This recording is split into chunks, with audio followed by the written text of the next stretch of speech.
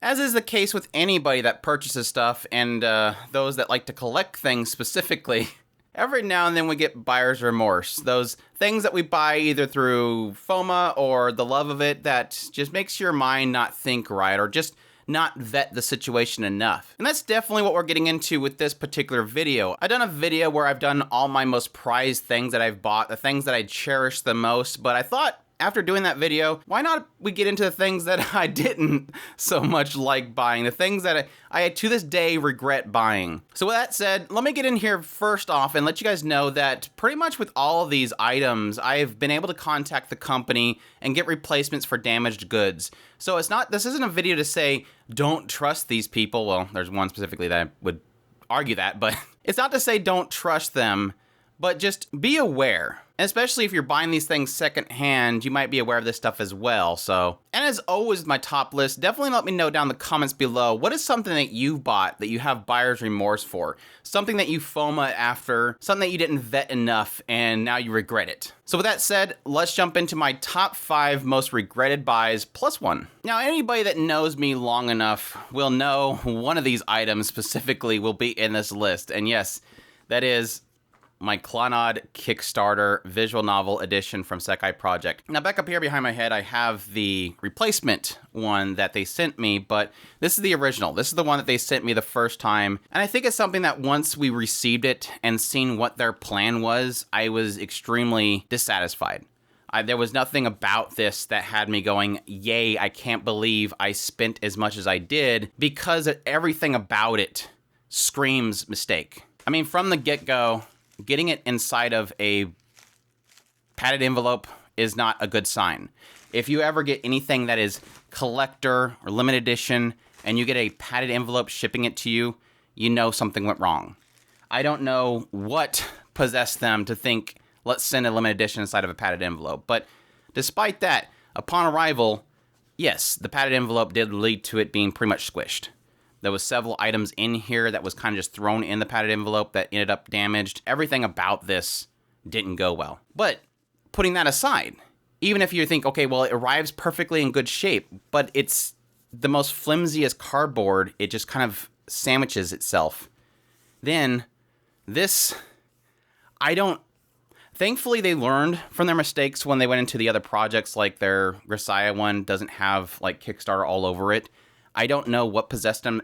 I'm just figuring it's one of those hey fellow kids moments where they think that Kickstarter is like the new coolest trendy thing, so who wouldn't want this on their box? No, when somebody buys something that's priceless and something that is a treasured item, they don't care who paid for it. That is not like if you went and bought, something else and it said, buy Bank of America because we got the funding there. Nobody cares where you funded it. Nobody cares about the bank or whatever. You can make an argument that it's a celebration of the people that came together to fund it, but I don't care. When in the end of the day, I don't care Kickstarter. And like I said, I think the biggest issue that I have the most, besides the Kickstarter thing being labeled on here, because again, the damage can be replaced, it's the presentation. This should have never been this box. Now, you can make an argument that they had such a great, long, large artwork, they want it to be prominent, kind of like my Hanasaki Roha and other collections over here. But the original one, and this is one of those things where you sell me on a bill and then you switch it up. The original Clannad limited edition, the original release in Japan, was a box set like this. It was a chipsboard box. And this is kind of what I think most people were expecting. Like, we were going to get something like this, really gorgeous, very durable. But instead, we get this clumsy, very thin, cheap thing put together, and it's very sad. Like, this was the opportunity to really knock it out of the park, and there's just so many things about this that are wrong. Moving on to my second of my most regretted buys that I've got is the Escaflowne Kickstarter. Now again, this is another Kickstarter where you kind of wonder why. It's Funimation. It's a company that has plenty of money. They have the net worth there that they can fund a new dub of an old series. But I think a lot of this was kind of centered around the idea that they wanted to gauge interest. They didn't know how many people would buy an old series, and so they didn't want the risk. And so, like most companies, and it seems like it's dwindling a little bit, but like most companies at the time, they were kind of offloading the risk to the buyer. So if you do a Kickstarter, you don't have to risk that loss of money because you have people paying for that risk. But that doesn't stop there. I was perfectly fine with that. I'm like, this is a legendary series. It's getting a new dub. It's getting HD'd. It's getting a Blu-ray. All this cool stuff that makes me say, okay, this is a treasured series. I need to do this. But once everything was done, that's when it went downhill. The release itself is fine. Chipboard box, great art style, or great artwork on it. Has a book in here, hardbound. I mean, it's very small, but at the same time, there's very little artwork to work with here to put it into a art book. The problem came after its release.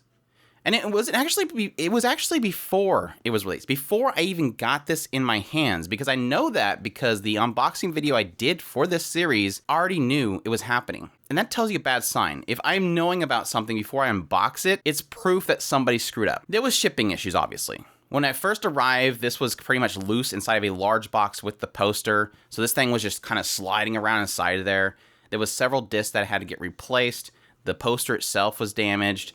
Pretty much everything that came in the set was damaged. I had several boxes of these. This is a replacement one, and this is the old one. I had it like categorized. I had this little setup where I was seeing what I've replaced, what still needs to be replaced, and everything. There was a DVD set that was supposed to be exclusive to this edition and higher, the World Edition, that everybody got. So it was like, okay, so I bought into this, and then I get this exclusive, but the exclusive is no longer exclusive. Everybody gets it. And then here is the worst. Here is the worst part of it. This is the part that, to this day, I'm still angry about. And this is several years after this is released. The thing that I'm still upset about, even at the point that I hadn't received this yet, I think it was $155. This $155 Kickstarter exclusive at the time. It was listed as an exclusive. Like, you will not get this unless you get it during the Kickstarter. Guess what happens? Listings go up on Right Stuff. Before I even get it, listings goes up on Right Stuff. And they're immediately putting it on sale. I paid over $155, and now it's on sale on Right Stuff for, I think, $90. What? I just paid $150 for this, and it's available to everybody for $90. Wow, that's some gratitude. I mean, I don't expect this to forever only be Kickstarter. I would actually like everybody to have access to it. But don't step on my feet the moment that I get it and say that everybody else can get it for $90. It was just nothing. I'm still mad to this day. I'm not mad at the show. I'm mad at Funimation. I will never, ever, ever back a Funimation Kickstarter ever again. But hey, that's just par for the course for Funimation anymore. For this next one, I probably should have just put up a JPEG, but this thing. Now, I love this. This regret is not about the set itself. I actually really do love this set. It's very gorgeous. I don't know if I can do this. These flip top, big, huge manga inside here. I love this set. The regret that I have, let me put this down. Yuki, watch out. I'm going to squish you. The regret that I have with the Akira manga centers around where I bought it from. Now, I suggest everybody, with anything, if you can get it from Right Stuff, get it from Right Stuff, because they're going to properly package it, nice padding, it's going to ship to you in good quality. I seen this on sale with Amazon, and it was a really, really good sale. So it was something that I couldn't pass up. I wasn't planning on buying it yet, and then when I seen Amazon had it and was really cheap, I'm like, okay, well, why not? I get free shipping and all this kind of stuff. Why not? Problem came is when it arrived. The first one, I think I want to see, I went through 3 before I got this one, which is, I think there's only like 1 corner dent left on it. But the 3 before it did not fare so well. The first one came in a box, no padding in it, obviously, and it was damaged. The second one I got, again, in a box, damaged. Here's where it gets really, really funny. The third replacement that I got, they just slapped a label on the box. They slapped a shipping label right on the side and just shipped it out. Now, I think it had a wrap around it, like a see-through clear wrap, but it was obviously going in trucks and going on floors and stuff before it got to me. And so the entire thing was just scratch marks all across the side. So the places where the plastic's supposed to protect, it just gets cut right through. So yeah, I think I took a picture at the time about like this box sitting on my porch, and it just has a label on it. It was terrible. And this sucks because that's the same issue that I had with the Claymore manga set. Is I understand because these are heavy as hell. And I experienced that when I bought a lot of sets. Like I bought the entire Spice and Wolf novel series, the Berserk series, the Claymore, and the Akira. These are heavy. And so I understand fully these shipping companies dealing with these stupid heavy boxes. But either ship separately or pad properly. It's just not, don't slap a label on it. But I still love it. I love the set. I had some fears because a lot of people were saying that it was just made of like newspaper thin paper, and I've checked a couple of them. They're nice stock, so I don't know. Moving on to a more recent buy, and so a lot of people might have watched my video that I did. This is like probably the only video I've done in a long time, just because I've slowed down my procuring of stuff. Yeah, the Evangelion limited edition. I'm sorry. I'm sorry, G-Kids, Shop Factory, whatever 50 companies are dealing with this thing. Again, putting stipulation in here, I've contacted the company. I'm sure they'll do replacements, but this has two issues going for it. The first one is the cost and what you're getting. Now, you can say that Neon Genesis Evangelion is a premier series, so it costs a lot, and thus the cost goes to the buyer. But this was probably the most bare bone release I've ever seen. I've done it in my video. I've kind of mentioned the difference between this and the DVD box set. The DVD box set just looks so much better. This is just very plain. All the discs there's no art on any of the discs. The sleeves themselves are just, there's nothing there. This is if you can be bare as possible, this is bare as possible. Now you can say cool minimalistic look, just the caricatures or the writing and stuff, logo. This is so plain. There's nothing here. This series. Hold on a second. You know something's wrong when Andrew's busting out the art books. This is really old and dingy, so I'm sorry. This is something a bunch of kids passed around when I was in high school. So there's so... Hold on, let me get some... There's so much artwork. This series has so much artwork. It's one of the biggest series of all time. There is plenty of artwork to work with. Why is the disc blank?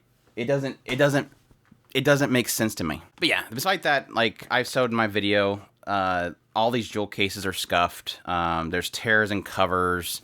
I don't even know if you can call it an art book. This little flimsy thing that just has synopsises.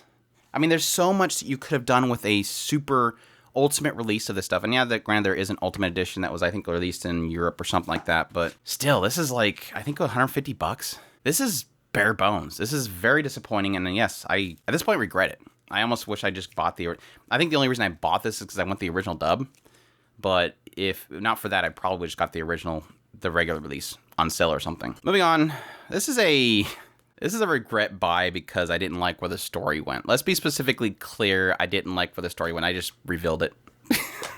My romantic comedy snafu. I have 9 volumes. I think there's 13 or something like that. I've bought 9 volumes of this. I've bought the entire, well, not the entire, but the first 2 seasons of the series. I don't know if I'll buy the last season, just because I didn't like where this writer took this story. It is probably my biggest regret buy. I probably are just going to throw these away or just burn them, or maybe somebody just wants the first 9 volumes. I'm not sure how hard it is to get these. I don't know if I don't want to get rid of them if they're hard to get, just because I think I'm dealing with that with several other series, and so I don't want to take this stuff out of circulation if I can. But yeah, I did not like where this story went. And it's not one of those cases of like your best waifu lost kind of things. It's just how, I guess, mean it is. It's a very mean, it was a very mean way of doing it. I didn't know that actually had that. That's cool. Oh, good on you, Impress. That's really cool. Anyways, I'm getting sidetracked. It's not an issue of the best waifu lost or whatever. It's not really that. It's just, like I said, it's very mean how it did it. It was very heartless and lazy how it did that. And I'm not going to get into spoilers exactly what transpires, but it kind of reminds me similar to my issues with things like Sakura-sao, where the writer has a habit of getting so focused on one character that seems to be arguably the better option, but in the end, it doesn't do a good job of explaining how it shifts the narrative. And in the end, it just looks really exceedingly cruel and lazy. And I wasn't happy with the ending. I was so invested in the series, and I don't know how better to put it. I was very disappointed. it really did seem like those going for the cover character just for the sake of going the cover character. So yeah, I don't know what I'm gonna do. I'm probably just gonna again look to see if make sure there's nobody that needs them and just chuck them. It's just very disappointing. And for my last one on my list, Fruits Basket. Fruits Basket. I have two Funimation things in here. Two Funimation things. And the thing with Fruit Baskets, I did like this original series. This is the original adaptation of it, the one that was never finished and they kind of botched. I do have a love for this series, but this is kind of a twofold issue for me. One was that Funimation did this release in the cusp of them doing an announcement for a readaptation. Somebody can correct me if I'm wrong, but I specifically remember this popping up as being a new release. They were like, we're doing it on Blu-ray. It's a new collector edition release of it. Come get it. And then literally right after the sales were put in, they announced a readaptation. So it's like Funimation knew, and they wanted to get one more sale off before this basically became useless. And that's really the problem, is now I have this on the shelf, which is kind of it's a nice history piece, like, you know, showing people where this came from. But at the same time, this is the most useless release. It's never gonna, this is the not finished release. They did a digi print thingy-majiggy that I hate these digi thingies. They're just like flimsy thingy-majiggy gross. I don't know. I still love it, but at the same time, this on the shelf is kind of useless now because of what it became. But that's it. That's my top 5 plus 1 most regretted buys. I hope you guys enjoy this video. Again, down below, let me know what your most regretted buys are. Definitely love hearing from you guys. If you like this video, hit that like button down below. Subscribe if you haven't already. Share this video if you can. Support us on Patreon or through the tips link in the description below. Definitely appreciate everybody that does. And y'all take care.